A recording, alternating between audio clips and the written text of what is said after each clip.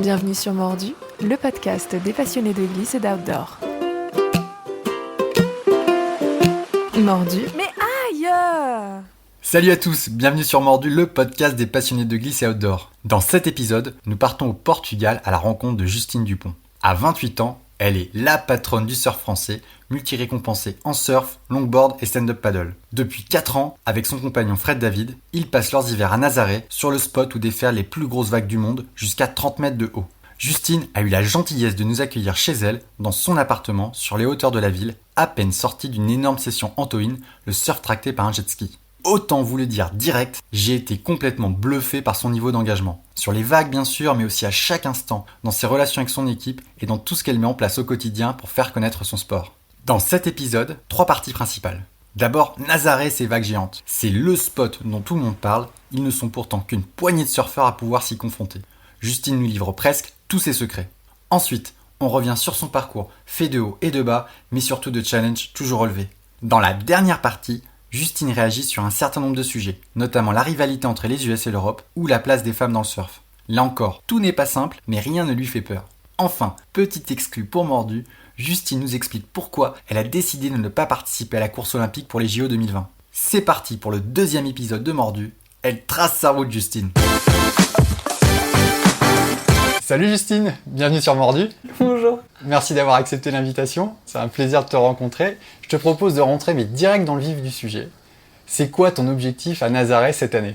Oula Mon objectif, c'est de continuer de prendre des grosses vagues et surtout de faire des lignes dont je suis plus fière. J'aimerais vraiment surfer ces grosses vagues, apporter mon surf sur une grosse descente. Je t'avoue que je pensais que tu allais me répondre. Moi, mon objectif, c'est de claquer le record du monde de grosses vagues à Nazaré. J'aimerais, puisque ça va m'aider, d'avoir un record du monde, c'est sûr. Niveau, je n'aime pas crédibilité en fait. Niveau plus partenariat, je pars du principe un peu plus on a de partenaires et de moyens, plus on a de liberté. Et aujourd'hui, c'est ça, c'est ces petits côtés un peu qui nous limitent sur le jet ski. Il y a eu une houle où on a cassé le jet ski, on n'a pas pu aller dans l'eau. Et ça, c'est un côté qui est dur. T'es sur le bord, tu as une boule au ventre et tu peux pas aller dans l'eau. Et ça, c'est dur. Se dire, c'est juste du matériel et du financier finalement qui me permet pas de vivre pleinement ma passion et ma vie finalement, parce que ma vie est dédiée à cette passion. Donc un record du monde, oui, ça m'aiderait pour tout ça. Après, moi, aller chercher un record du monde, oui, ce serait super, mais c'est pas vraiment ce creux. C'est pas ça qui fait que tu te lèves le matin et que t'es complètement passionné.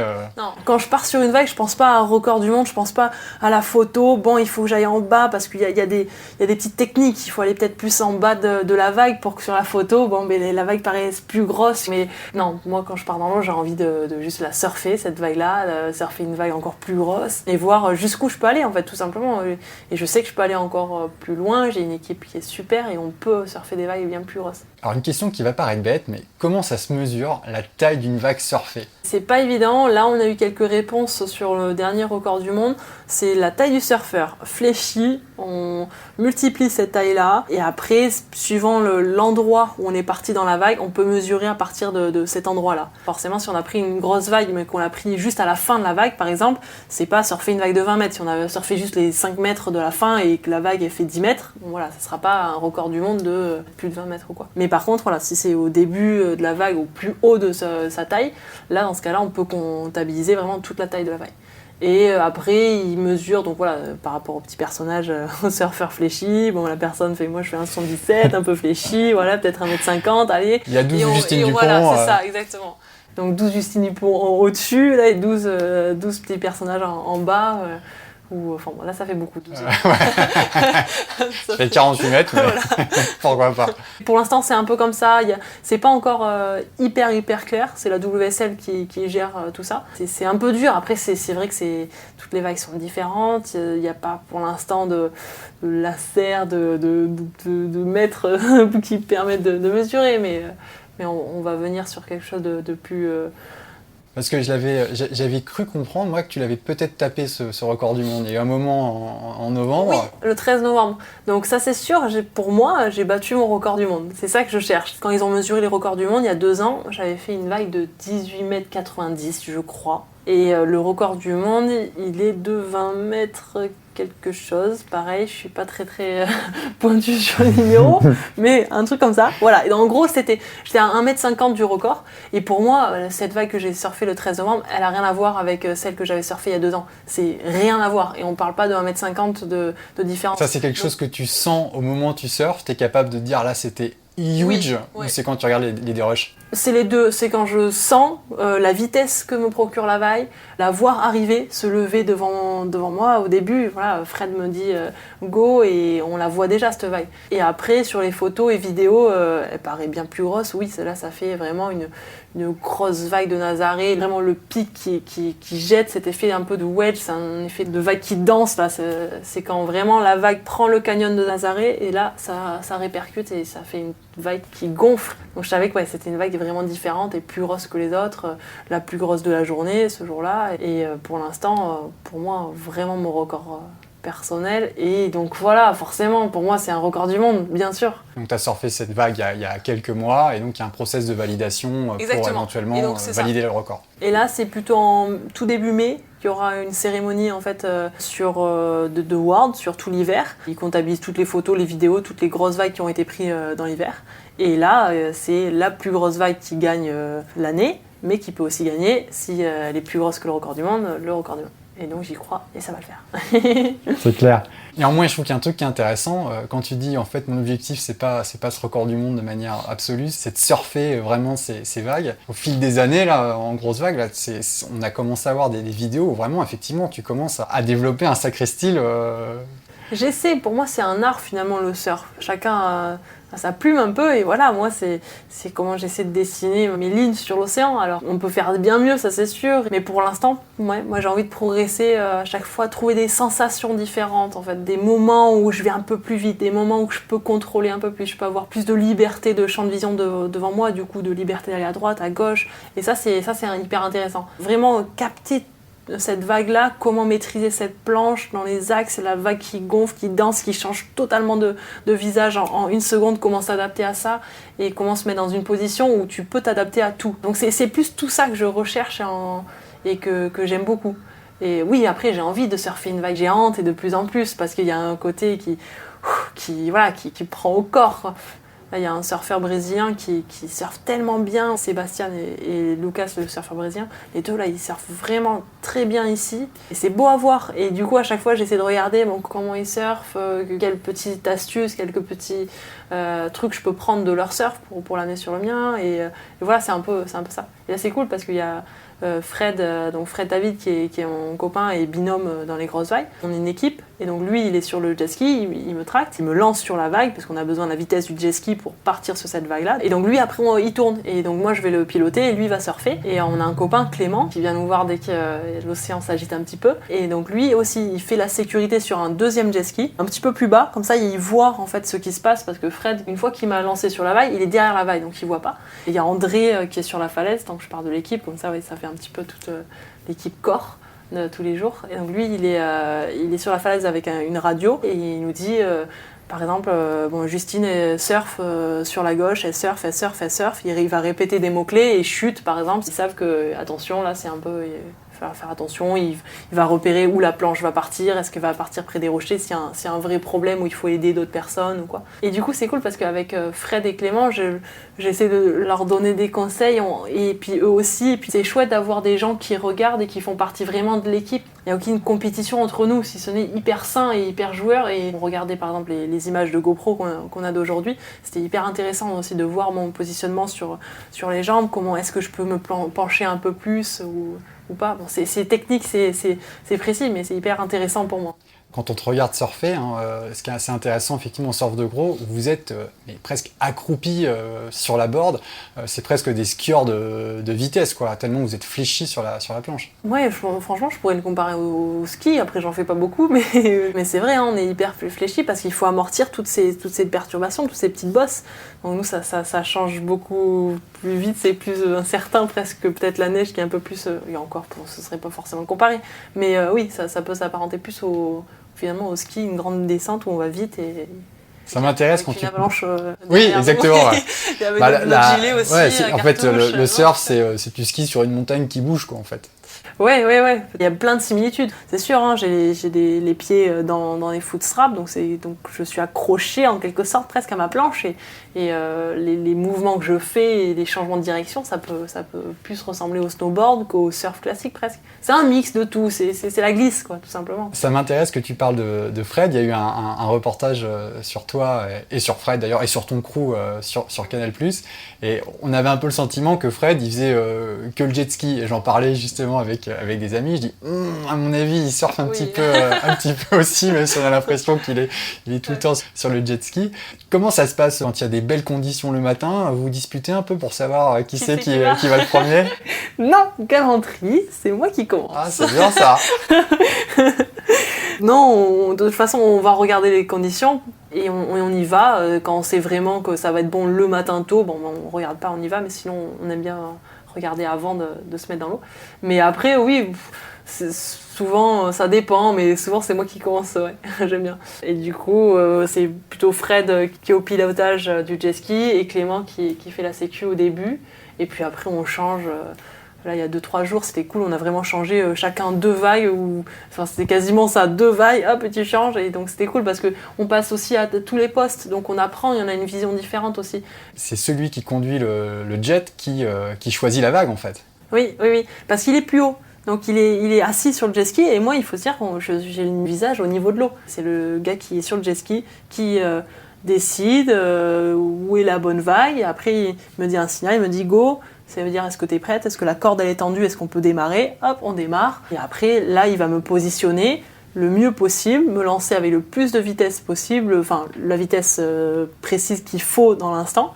Donc moi, je suis accrochée à ma corde et là, ça va être à moi de jouer. Maintenant, je tire bien sur la corde et je garde la vitesse pour enchaîner, passer de la vitesse que me procure le jet ski à la vitesse que me procure la vague.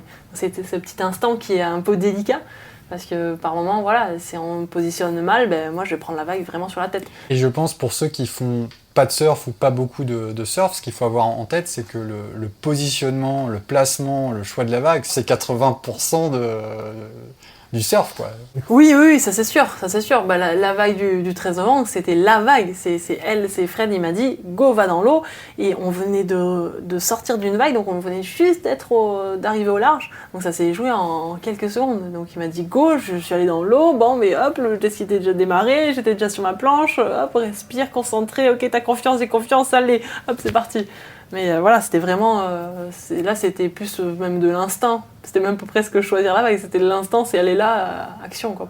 Et donc, je veux bien que tu reviennes à le moment où toi, t'as le palonnier dans les mains, ou enfin, tu vas te jeter à l'eau, il y a un set qui arrive. Ouais. Il se passe combien de temps entre le moment où tu vois une houle arriver, tu te dis, oula, il y a un set qui arrive, je vais prendre une vague, tu te jettes à l'eau, tu te positionnes, c'est combien de temps? Je dirais c'est quelques secondes entre les vagues. Bon, l'espace entre les vagues, suivant les houles, c'est de 14 à 18, grosso modo. Donc voilà, on peut se dire qu'il y a 14-18 secondes entre chaque vague. Donc là, par exemple, le 13 novembre, on venait de passer une vague, on a eu 14 secondes pour tout mettre en place. Et là, sur des sessions... où normalement, en fait, on peut démarrer le jet ski une vague avant, ou 2, ou 3, ou même des fois, on démarre le jet ski, il n'y a pas encore vraiment de vague, on va se placer, tout d'un coup, il y en a une qui gonfle, non, c'est pas la bonne, peut-être André peut nous donner l'information aussi à la radio, des fois, ah non, celle de derrière est mieux. Donc hop, on fait un tour pour passer celle qui n'est pas bonne, et pour se positionner bien sur celle d'après, qui est meilleure. Ça, c'est super intéressant avec la personne qui est sur la radio, parce que là, il peut vraiment nous dire... Voilà, attention, il y a une série de 6 vagues. Bon, mais si Fred il entend cette information, il va pas m'envoyer sur la première vague parce que si c'est un problème, ça veut dire que j'aurai 5 vagues qui vont me casser dessus. Donc il y a plein d'infos aussi comme ça qui sont vraiment chouettes avec la radio. Donc c'est vraiment un truc d'équipe. Justement, toi tu as ton équipe, quand il y a des belles conditions, combien va y avoir de riders, combien il y a de personnes qui veulent prendre potentiellement la même vague?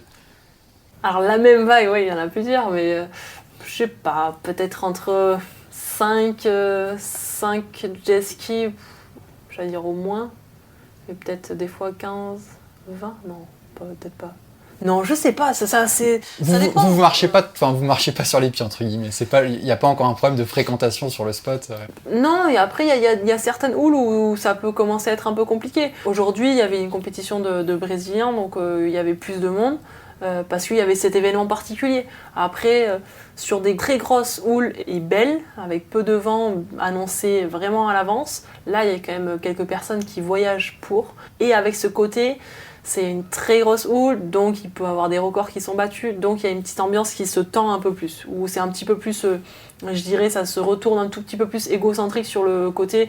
Attention, là, il y a un petit côté plus professionnel de record, voilà, qui se met en place. Mais sinon, le reste du temps, tu dirais, sur le spot, c'est assez cool. Oui, après ça dépend. Oui, non, moi j'adore. T'as des vases de 15 mètres, mais l'ambiance entre les différents surfeurs est cordiale. Oui, on se connaît tous. Le petit crew qui habite ici à Nazaré sur l'hiver, on se connaît, on est une petite dizaine, même pas. Et ça, c'est cool parce que du coup, on sait qu'on peut construire aussi quelque chose, que forcément, quand il y a un lien d'amitié, si c'est la personne qui va avoir un problème, tu vas y aller en 2 secondes de l'aider. Même si tu la connais pas, de toute façon. Mais forcément, on regarde un petit peu plus. Oui, il y a un esprit convivial et sympa. Ce qui est incroyable, peut-être pour les gens qui sont jamais allés à Nazaré, c'est déjà la configuration du spot. Donc on parle du canyon, mais il y a cette énorme phare qui domine le spot. Dans ce phare, ils ont même créé un espèce de musée du surf, mais c'est presque maintenant devenu une arène. Et Nazaré, c'est presque un des endroits les plus incroyable, si c'est pas le plus incroyable, pour venir regarder du surf dans le monde au final. Oui, c'est dingue, c'est sûr, c'est une arène, on peut se mettre partout sur la falaise et on ressent, on est proche de l'océan. Moi j'en connais pas trop de grosses vagues aussi proches où tu peux vraiment sentir la grosse vague. Il y a des personnes qui sont sur Otaki-Walkie et qui donnent les informations directement à nous qui sommes dans l'eau, donc tu peux juste te balader et être avec quelqu'un qui est en train de donner l'information à la personne qui va surfer la seconde après, donc ça c'est chouette parce que vraiment il y a un lien avec toutes les personnes et on entend en plus cette falaise dans l'eau, elle fait partie du cadre en fait. Tous ces gens même sur la falaise, sur les grosses houles, il commence à avoir beaucoup de monde et on entend ce bruit s'il y a quelque chose, s'il y a une vague un peu exceptionnelle qui vient de passer, on entend un souffle de la masse qui crie ou qui retient son souffle ou quoi, c'est rigolo ça. C'était pas ça avant, il n'y avait pas ça. Oui, parce que le surf à Nazaré c'est assez récent finalement, c'est arrivé sur la carte il y a à peine 10 ans je pense.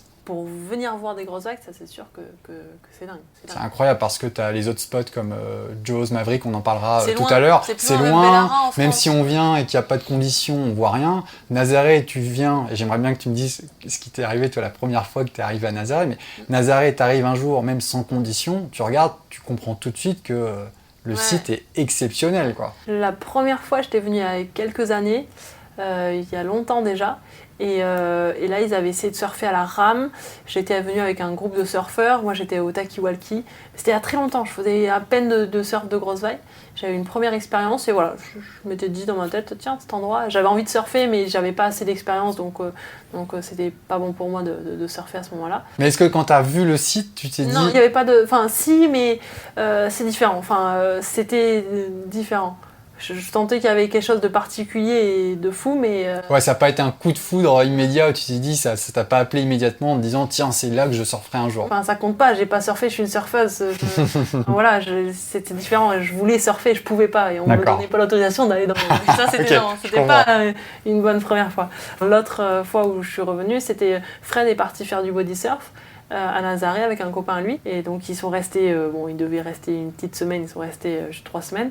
Il m'a dit, c'est juste dingue cet endroit, il faut que tu reviennes avec moi et tu vas voir, il y a plein de facettes, cet endroit est magique, il y a plein de visages. Et du coup on est venu, et puis voilà, c'est la première fois vraiment où j'ai surfé, et c'était pas très gros, et j'avais un peu une petite appréhension, peur, ce mot, cet endroit, c'est vague, c'est puissant, il y a tout en fait, et puis tu sens vraiment la nature qui domine, elle est là, elle est puissante, et elle te prend l'énergie, elle te donne beaucoup d'énergie aussi, mais c'est hyper intense. En tout cas, moi il y a un côté magique, mystique, tu peux que t'incliner et dire ok, c'est bon, recrache-moi, je veux aller sur la plage, c'est bon.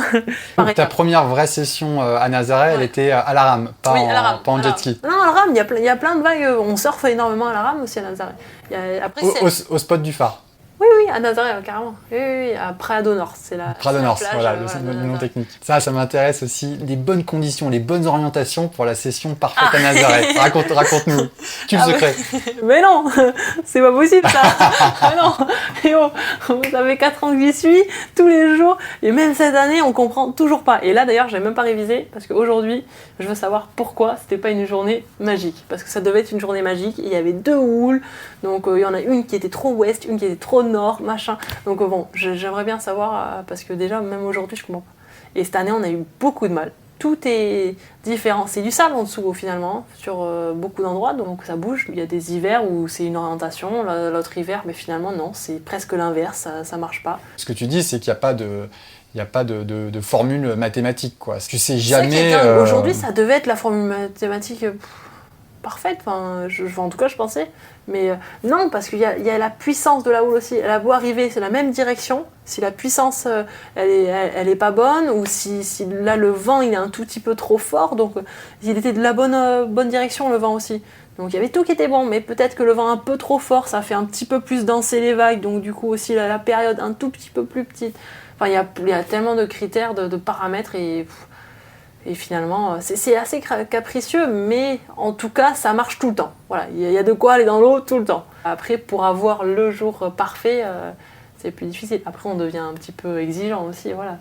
Mais du coup, la vague qui va produire, enfin, la houle qui peut produire une vague de 30 mètres, quand on regarde sur les outils de prévision des houles, du vent, un swell de 4 mètres, 5 mètres, à Nazaré, ça peut produire une vague de 20-25 mètres. Oui, complètement. 4-5 mètres, c'est déjà des records du monde, enfin des vagues des records du monde, je veux dire, il y a 20 mètres. Mais sinon, je dirais à partir de 3 mètres et 15 secondes de période, déjà ça commence à être sympa.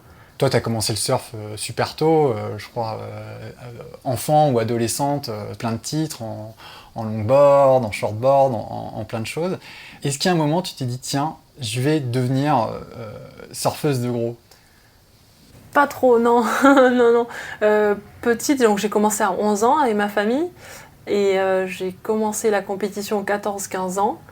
Et justement, de ces 11 ans, 14-15 ans, je voulais pas faire de compétition, pas faire l'entraînement. J'avais peur de petites vagues qui étaient, à l'époque, qui étaient trop grosses pour moi, qui étaient peut-être 1 mètre, qui faisaient ma taille, mais pour moi, voilà, j'avais peur. À 11 ans, 12 ans, 13 ans, voilà, toutes ces années-là. J'ai eu quelques expériences vraiment qui m'ont marqué où je me faisais peur. Je voulais essayer de l'affronter, de voir si je pouvais surfer un petit peu plus gros, est-ce que c'était possible. C'était 10 cm par 10 cm, je grossissais ma taille de vague. C'était vraiment ce côté vexé un peu, ça m'embête d'avoir peur, et donc du coup ça m'a attirée en fait. Mais voilà, ouais, donc c'était petit à petit. Après j'ai commencé à surfer, à avoir beaucoup plus envie que peur. C'est ça, hein. Après quand on a l'envie, le moteur il est lancé, et j'ai surfé des vagues plus grosses en France, j'ai commencé à avoir quelques expériences, à aller à Bellara, à aller surfer des plus grosses vagues en Irlande, et après voilà, Nazaré, quoi. C'est là où j'ai vraiment appris avec Fred, on est venu et on s'est dit, il faut passer du temps ici. Le premier hiver c'était presque pour moi un peu test, mais on aimait ça, on avait envie, allez, hop, on passe du temps ici et on va apprendre l'expérience. On est au milieu de surfeurs aussi qui ont plein d'expérience, donc on s'est nourri d'eux, on s'est nourri de l'endroit, de ces vagues, de cette formation, et on a appris hyper vite parce qu'on a tous les jours des grosses vagues, donc c'était chouette. Toi, là, aujourd'hui, là, tu es en train de sortir du monde du surf, tu es de plus en plus médiatique, on commence à te voir de plus en plus, surfer des énormes vagues. Mais ce que je trouve super intéressant pour ceux qui t'ont suivi depuis quelques années, c'est la progression. Et moi, je me souviens, là, tu dis que ta première session de grosses vagues, c'était à Bellara, et je me souviens, moi, avoir vu des images où on te voyait la première fois, je crois, surfer un gun. C'est vraiment des planches qui sont énormes, et justement, la première fois, je me souviens, on te voyait ramer sur cette planche, et on avait vraiment le sentiment, voilà, tu découvrais le truc, quoi. Enfin, c'est vrai que j'avais jamais surfé des planches aussi grandes. Ouais, c'était tout nouveau. Et puis après, on t'a vu surfer à Bellara, puis après Jaws. Et là, maintenant, là, cette année, toi, sur Nazaré, effectivement, là, t'es en train de développer un surf qui est incroyable. Et je trouve que cette progression que tu t'écris petit à petit, elle est continue. Et je me dis d'en avoir quelques-uns qui commencent à t'avoir dans les rétroviseurs en se disant, dis donc, elle envoie, quoi. Je fais ma route. Après... il y a des hauts débats, hein. C'était pas facile tout le temps. Enfin, c'est normal, c'est juste que c'est cool, c'est une recherche, je sais pas, c'est c'est une quête, tout simplement, de progression continuelle dans le surf, mais en tant que personne. Et finalement, en tant que personne, t'évolues. Donc, dans ton surf, tu dis, hop, t'as un petit blocage qui t'embêtait, et finalement, qui passe tout d'un coup, parce que humainement, t'as évolué sur quelque chose, peut-être dans la vie de tous les jours, de savoir gérer une petite émotion dans la vie de tous les jours qui t'embêtait, mais finalement, voilà, ça te fait passer une étape dans ton surf. Donc, c'est chouette, cette relation, et j'aime beaucoup, parce que en tant que personne, ça te fait grandir beaucoup plus vite. Et donc il y a des fois, voilà, ma chute à Jaws l'année dernière, ça m'a fait bien réfléchir et me dire, ok, la première année à Nazaré, j'avais testé si j'aimais, si je voulais vraiment faire ça. Deuxième année, l'expérience, ok. Troisième année, j'avais encore envie d'apprendre de l'expérience. En quatrième année, c'est maintenant, quoi. C'est maintenant qu'il faut surfer. Après, j'attends quoi ? Il y a plus. Donc voilà, c'était plus un petit peu ces côtés-là de réflexion où tu es un peu face à toi-même. Et j'ai passé 4-5 mois au CERS où je me dis, allez, maintenant... On peut éventuellement revenir sur Jaws et sur l'accident. Peut-être tu peux nous raconter ce qui se passe. Déjà, la sensation, la première fois que tu vas à Jaws, à Hawaï, petite européenne, entre guillemets, au milieu de tous les locaux. Comment ça se passe ? Alors, c'était vraiment une transition dans ma vie qui était forte, puisque j'étais en Australie avec Fred, et là j'étais à une série de me qualifier dans l'élite, dans le circuit WCT, le circuit mondial. J'ai perdu cette série-là, hyper déçue, parce que je me dis c'est une année entière où tu fais des compétitions dans le monde entier, tu fais plein de séries, et là c'était une de rien, quoi, d'échouer. Et donc là je reçois un appel, mon sponsor surf principal ne continue pas avec moi, c'est la même journée, hein. Je ne sais même pas si c'était pas la même heure. Et au final, il y a la compétition championnat du monde qui est lancée de grosses vagues à Jaws, la première fois pour les femmes dans la semaine après. Et donc c'était dingue, et j'étais invitée. Donc c'était cool et pas cool du tout, et c'était rempli d'émotions hyper bizarres, parce que je venais d'échouer un objectif qui était fort pour moi, mais en même temps j'avais quelque chose qui me portait vraiment au cœur, que j'aimais ces grosses vagues. Et en fait je les repoussais un petit peu, ces grosses vagues, parce que je devais partir sur mes compétitions toute l'année, et on avait un petit moment en novembre-décembre là où on pouvait surfer un peu les grosses houles de l'hiver. Mais voilà, j'avais très peu d'opportunités, parce qu'après on était en continu, en voyage, aller surfer ces compétitions au soleil, donc suivre l'été. Et moi j'avais envie de suivre un peu plus l'hiver et la puissance des houles. Donc voilà, il y avait ce côté, mais c'est maintenant, et j'avais plus de retenue. J'avais mon partenaire Red Bull qui lui était à fond sur ce projet-là, de partir plus sur les grosses vagues. On est parti avec Fred à Hawaï, et là, je sortais d'une année entière de compétition dans 50 cm à 1 mètre tout pété. Donc voilà, 1 mètre de vague. Et là, je me retrouvais avec des vagues, je sais pas quelle taille, mais c'était gros. Voilà, 4 mètres, 5 mètres, j'en ai même plus 6, j'en ai aucune idée. Et donc j'ai plutôt opté pour le côté stratégique de compétition que j'avais acquis pendant toute l'année. Donc voilà, j'ai un peu joué, mais je savais que c'était la première année 6, et au bout de 10 minutes, même pas, on était 6 dans l'eau. Et première série de vagues qui rentre, il y a des filles qui ne remontent pas, qu'est-ce qui se passe ? Et deuxième série de vagues qui rentre, toujours la même histoire. Et donc il y avait deux filles qui étaient déjà parties à l'hôpital, parce qu'il y en a une qui s'était fait mal au genou, et l'autre, je ne sais même plus, je crois que c'était le genou aussi, non je ne sais pas. Bon, c'était quoi ? C'était le genou aussi. Bon, on était 6 et on s'est retrouvés à 4 au bout de 10 minutes, première compétition, première série. Je me suis dit, je vais opter pour mon côté stratégie compétition, parce que ça reste une compétition, et surfer des grosses vagues et vraiment m'engager, je vais y aller petit à petit, et je vais peut-être pas le faire aujourd'hui. Donc j'étais plus partie sur cet aspect-là, j'ai pris quelques vagues, j'étais contente, j'ai fait deuxième, mais voilà, j'avais vraiment beaucoup de retenue, et donc beaucoup de frustration. T'as pas eu besoin de passer de swell à la rame, comment ça se fait ? Il vous drop au pic, ou alors c'est à toi d'aller passer la barre, la barre entre guillemets, je ne sais même pas si on dit passer la barre à Jaws. C'est ça. À Jaws, c'est quand même une vague plus normale qui casse relativement au même endroit. Donc il y a un endroit où il peut y avoir des bateaux, il peut y avoir des gens qui restent, et qu'il n'y a pas de vague qui casse, parce que c'était dans le canyon. Ce qui n'est pas du tout le cas à Nazaré. Et donc là, il y a tous ces bateaux, ces jet skis qui t'amènent à l'endroit où la vague est censée casser, et après tu fais ta vie. Donc tu passes les vagues, tu te rapproches du bord. Si tu te rapproches trop du bord, tu peux te faire manger par une vague qui arrive, qui est un peu plus grosse, qui casse un peu plus loin. Donc c'est après un jeu à avoir, et se positionner à l'endroit que tu penses est le mieux pour prendre une belle vague. Et alors l'accident que tu as eu il y a 1 an à peu près à Jaws, c'est un accident que tu as eu en surfant une vague et en chutant, ou c'est Non, en même étant pas. une vague que tu as pris sur la tête parce que tu n'étais pas au bon endroit Ouais. au mauvais moment? C'est ça, une vague sur la tête et en plus je sortais de 2 mois du début de l'hiver à Nazaré, c'était dingue, on avait eu plein de vagues, j'avais beaucoup ramé parce qu'il y avait eu des belles sessions et j'étais à fond.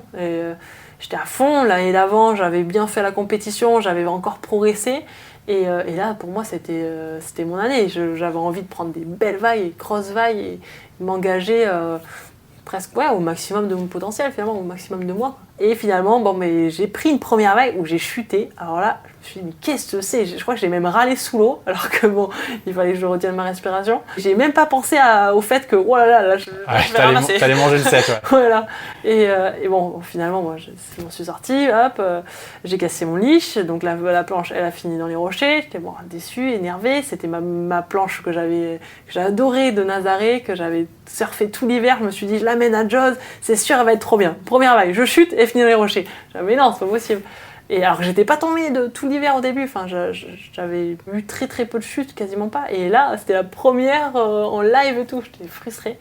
Donc je reprends une vague qui est bien, qui se termine bien. Bon, je me fais finalement manger par la vague à la fin, mais bien. Hop, et donc je repars au large. Je sais que je peux passer en finale, parce que j'ai quand même eu une chute et une belle vague. Donc je suis en finale. C'était la meilleure vague de la compète au final, la vague que j'ai prise, qui était en course pour un record, du coup, l'année d'après. Mais peu importe, en tout cas j'étais bien. Et une grosse vague qui arrivait. On savait que la houle grossissait, toutes les vagues étaient de plus en plus grosses. On sentait que l'océan était en train de prendre en puissance. Donc voilà, j'ai pris cette vague. Donc tu vois le truc arriver, tu commences à ramer. Qu'est-ce qui se passe Là, quand je vois ça, j'entends déjà les sifflets. Donc les gens ils se disent il y a quelque chose à alerter. Donc déjà c'est mauvais signe souvent. Enfin mauvais signe. Ça veut dire qu'il y a quelque chose qui est plus gros que prévu. Et donc là je commence à ramer. Et finalement moi, je me dis je vais me faire manger, c'est probable, donc il va peut-être falloir que je garde mon énergie et que je monte pas trop mon cardio pour garder le cardio calme, pour pouvoir rester longtemps en apnée si je me retrouve à prendre la vague dessus. Et au final, j'étais un petit peu dans cette décision, qu'est-ce que je fais ? Je rame fort mais pas trop, et la vague m'a mangé, donc j'ai dû sauter de la planche et je me suis dit allez ça va passer. À Nazaré j'ai fait ça plein de fois, la semaine d'avant. Concrètement, qu'est-ce que tu fais ? Tu essaies de plonger, J'essaie de plonger et d'aller en profondeur. Non, t'es gonflé, t'as des gilets de flottaison, donc tu peux pas vraiment faire une brasse, une coulée pour aller sous l'eau, tu peux pas. Tu flottes. Donc le mieux que tu peux, c'est baiser ta tête presque, mais sinon pas beaucoup. Donc moi j'essaie de me mettre debout sur la planche et de sauter de la planche, comme ça au moins j'ai un petit effet un peu rebond où à un moment donné j'arrive à être sous l'eau, immergée. Mais après voilà, il y a la vague qui arrive et... Donc c'est de la machine à laver, il n'y a rien à faire. En fait le problème c'est que je suis repartie avec la vague et j'ai fait partie de la vague qui en se cassant en mode chute d'eau en fait, hein. Et donc je suis tombée de 6-8 mètres et je suis tombée au moment que la vague explosait. Donc je me suis fait vraiment exploser. De l'intérieur il y a tout qui s'est fait écarteler, quoi. Mais après voilà, l'analyse se fait très rapidement, hein, sous l'eau. Mais est-ce que c'est le dos ? Est-ce que je peux bouger ? Est-ce que en remontant à la surface, je voyais tout blanc, toutes les étoiles, j'étais là, vas-y, concentre-toi, reste là, quoi. Tu remontes avec la combinaison qui flotte. Elle s'est gonflée automatiquement tellement c'était... Enfin, ça se fait pas normalement, c'est toi qui dois déclencher une petite poignée qui remplit une poche d'air qui te permet de remonter à la surface. Moi, je me suis fait tellement exploser qu'il y a tout qui a pété. Mon corps, le matériel, tout. tout. Moi, je pensais que vous essayez de nager sous l'eau, mais en fait, non. Ton job, une fois que tu as vu que tu vas te faire cartonner ou que tu t'es fait cartonner, rester le plus calme possible et attendre que ça se passe et qu'on vienne te chercher. Qu'on vienne te chercher, ou alors tu essaies de t'en sortir par toi. Ouais, tu peux quand même nager. Ah oui. Tu peux rester combien de temps sous l'eau ? Alors j'ai fait des exercices d'apnée en piscine et tout ça. J'ai fait 4 minutes, un peu plus 4 minutes 10 je crois. C'était maximum, mais c'est en faisant rien du tout. Ça n'a rien à voir dans une piscine, l'eau plate. Voilà. Dans l'océan, ça n'a rien à voir. Donc mais c'est bien pour information, pour ton mental. Tu dis, bon, je suis capable de rester quand même un certain temps sous l'eau. C'est pas les 10 secondes ou 20 que je vais rester sous une grosse vague qui va me faire peur quand même. Et ça me permet aussi quand tu t'entraînes en apnée statique, ça te permet vraiment de comprendre comment ça se passe dans ton corps et comment ton corps réagit à ce manque d'oxygène, à cette augmentation du CO2, tout ça. Donc c'est intéressant aussi. Est-ce que cet accident à Jaws, c'était ta plus grosse boîte ou galère Ah oui. Number one? Oui, number one, oui. Tout de suite, tu t'es dit, bon, voilà, l'accident dur, mais je vais faire de la rééducation et je vais ressurfer dès que possible. Oui. Quand ça m'est arrivé, c'est ça, hein, sous la vague, je me suis dit, c'est bon, c'est pas le dos. La vague d'après, je voyais tout blanc les étoiles. J'ai pensé à respire avant la vague d'après. Plein de jet skis qui sont venus me chercher, j'arrivais pas à monter dessus. Il y a un jet ski qui me tournait autour, c'était affreux, j'avais mal, il me tournait autour, j'arrivais pas à monter dessus. Il y en a un qui a sauté dans l'eau, là, il y a un jet ski qui s'est retourné, je me suis dit, mais c'est quoi ce fiasco? Et donc j'ai fini par remonter sur un jet ski avec un bras, il m'a écartelé, il m'a fini de m'écarteler, le pilote du jet ski, parce qu'il mis plein gaz et moi j'étais à moitié dessus, bon, c'était affreux. Voilà, je suis montée sur le bateau et là j'ai entendu Fred, il était là, il m'a dit relâche et tout ça. Je savais que les médecins ils allaient tirer sur mon épaule pour la remettre en place. À partir de ce moment-là, je savais que oui, que la compétition c'était fini. Et donc je savais que j'allais pas rentrer directement à Nazaré pour surfer une grosse vague. Hein. J'allais plutôt passer par la case hôpital, la case rééducation pour un bon moment. Mais bon, voilà, j'étais rassurée sur le fait que c'était que physiquement des choses, tu te dis, ça peut être réparable. C'est une épaule, un genou, bon... Mais mon expérience de sportive et tout ça, je savais qu'il y avait des... Normalement, ça se répare, quoi. Tu as dit aussi quelque chose sur le bateau qui venait te récupérer, j'ai vu les images, et tu dis « Oh là là là là » pour l'image des filles. C'est important pour toi? Oui, parce qu'il y avait c'était pile l'année où il y avait un mouvement sur le surf et qui était très intéressant pour les femmes, c'est sûr, c'était chouette d'avoir le même prize money, plein de choses comme ça, mais dans le surf de grosse vague, ça enlevait les opportunités pour les garçons aussi. C'était un peu difficile parce que moi, c'était pour le sport avant tout et je voulais surtout pas reculer. Et là, il y avait vraiment un frein à main qui était mis pour que les femmes aient le même prize money et tout ça, et pour moi ça pouvait pas exister, enfin c'était pas sain, c'était pas bien pour le sport. Donc voilà, donc c'est sûr que j'étais déçue parce que du coup pour les femmes, l'image des femmes, parce que c'était la première vague qui était surfée à la Jaws de la journée. C'est que ces journées-là, il y a une belle audience sur la WSL à chaque fois, donc ça mettait le ton pas super. Oh, les nanas, elles peuvent pas surfer Jaws du coup, je sais pas. Je voulais pas qu'il y ait des choses comme ça. Cette phrase, elle m'a fait aussi penser à quelque chose, à l'accident de Maya Gabeira, qui est celle qui est la recordman du monde de la plus grosse vague surfée à date, avant que tu ne le battes. Elle avait eu un gros accident, très impressionnant. Elle avait failli se noyer à Nazaré. Il y avait eu des commentaires où tout le monde était désolé parce que les images étaient vraiment impressionnantes. Et puis il y avait quand même pas mal de commentaires de gens qui ont dit « Ouais, mais bon, elle n'a pas le niveau pour aller là-bas, elle y va. » Est-ce que c'est juste? De toute façon, quoi que tu fasses qui change un tout petit peu de l'habituel, il y aura des critiques positives et négatives. Il y aura des gens qui seront plus frustrés, il y aura des gens qui seront plutôt motivants, qui seront encourageants. Donc dans tous les cas, il y aura des choses. Donc Maya, forcément, il y avait des gens, c'est une nana, ça surfe des grosses vagues depuis le tout début, où elle était toute seule, il y avait qu'elle. Donc forcément, il y avait un côté dérangé. Attends, moi je vais pas surfer 10 mètres, elle va surfer 10 mètres, c'est une femme en plus.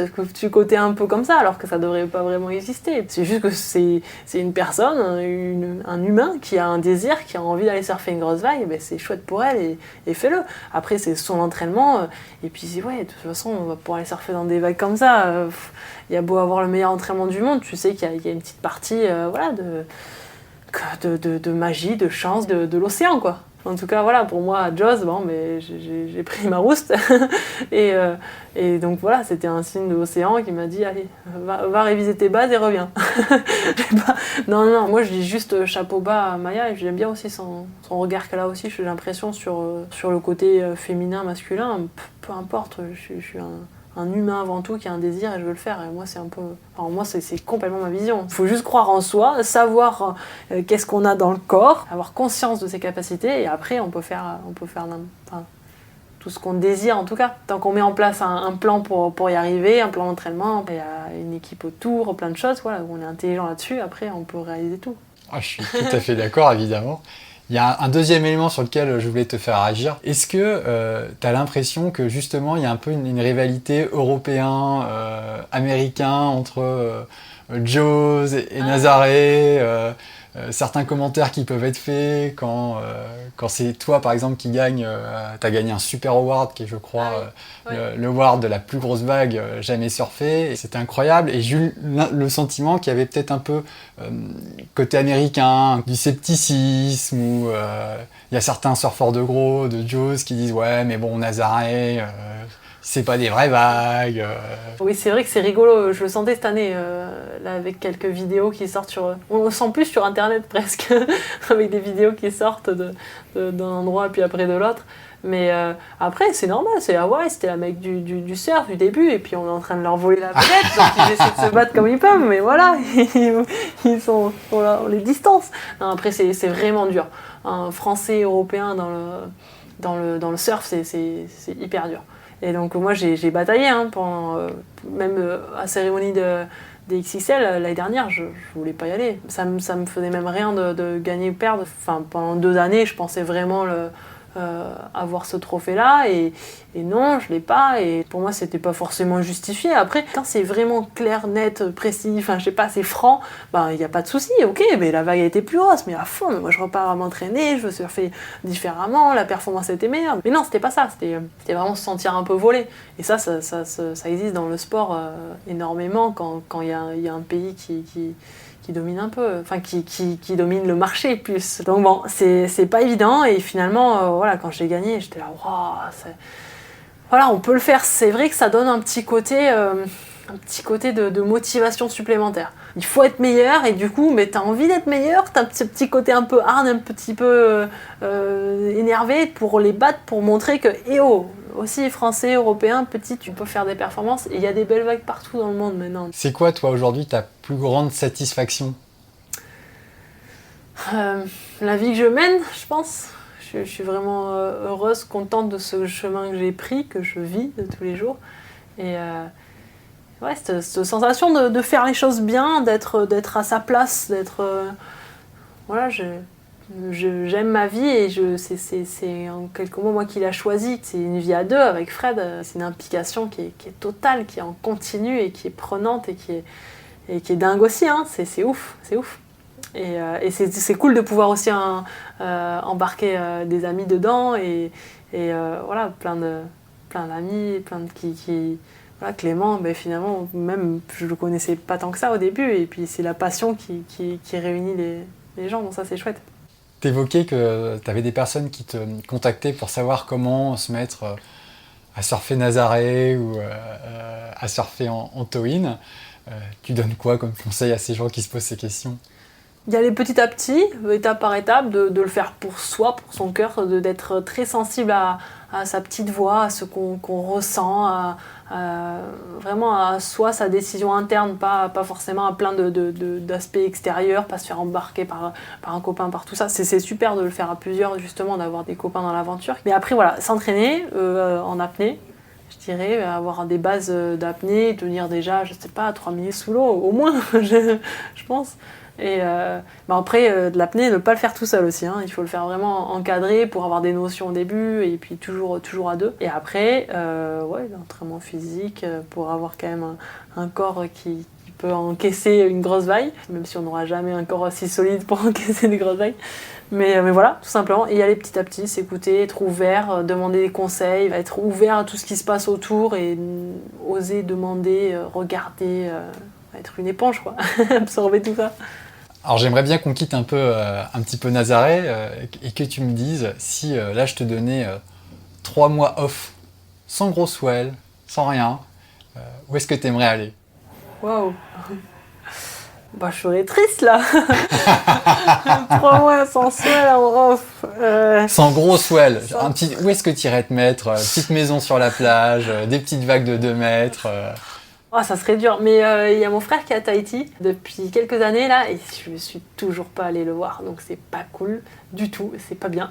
Et j'aimerais, en plus j'ai envie, mais j'ai plus ce côté, à Tahiti, il y a Tupou, est-ce que je suis encore prête ? Et pour moi, j'étais pas...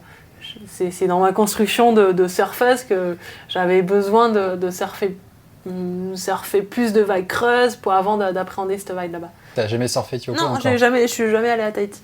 Tu vas rester jusqu'à quand à Nazareth? Quand est-ce que se termine la saison? La saison, il n'y a même plus de fin ici. Maintenant, avec le réchauffement climatique et tout, on comprend plus rien. Mais avril, je pense, avril-mai, au printemps. Et ensuite, est-ce que tu as pour projet de participer, de te qualifier au jeu? Alors, me qualifier, là, il faudrait que je sois déjà actuellement en Chine, puis après en Australie, puis en Nouvelle-Zélande. Donc voilà, je suis à Nazaré encore. Et pendant quelques mois, il faudrait que je participe à plein de compétitions pour après être sélectionnée avec l'équipe de France. Et après pour participer au championnat du monde. Donc moi la sélection française, leur mode de fonctionnement pour faire partie de l'équipe de France, ça peut pas coller avec mon planning, mon programme, mon souhait de continuer les grosses vagues. Je me sens vraiment en pleine progression et ce serait trop dur pour moi de dire allez, mais tu coupes encore comme l'année dernière, tu t'es blessé en fin novembre et c'était fini, et là hop, 4 mois ou 5 mois de grosses vagues de moins, non, ça serait trop dur. Donc je suis plutôt partie pour avoir plus un poste de consultante plutôt que sur ma planche. Ouais, qui participera plutôt au micro que sur une planche, a priori. Après, mais après, dans tous les cas, j'ai un rôle avec la Fédération internationale de surf. Je suis la représentante des surfeurs. Après, il y avait des questions de démo aussi. Donc, il y aura plein de choses à faire. Donc, non, c'est chouette, c'est cool parce que c'est différent pour moi. C'est encore une autre aventure, notre challenge. Je commence à faire quelques conférences. Donc, c'est pareil, c'est un peu une dimension qui est hyper différente que le surf pour moi, donc voilà, c'est exprimé à l'oral devant du monde, donc là c'est des personnes différentes, donc non, ça va être chouette, il y a de quoi bosser pour moi aussi, et apprendre du coup, voilà, se mettre face à quelque chose que j'ai pas l'habitude, sortir de sa zone de confort, donc forcément je vais apprendre. Alors, tu m'offres une bonne transition sur ma prochaine question. Est-ce qu'il y a des activités sportives, des sports de glisse outdoor que tu n'as pas encore essayé et que tu adorerais essayer? Plein, je crois qu'il y a plein, tous les sports de glisse, j'aurais essayé, mais la vie elle est trop courte finalement.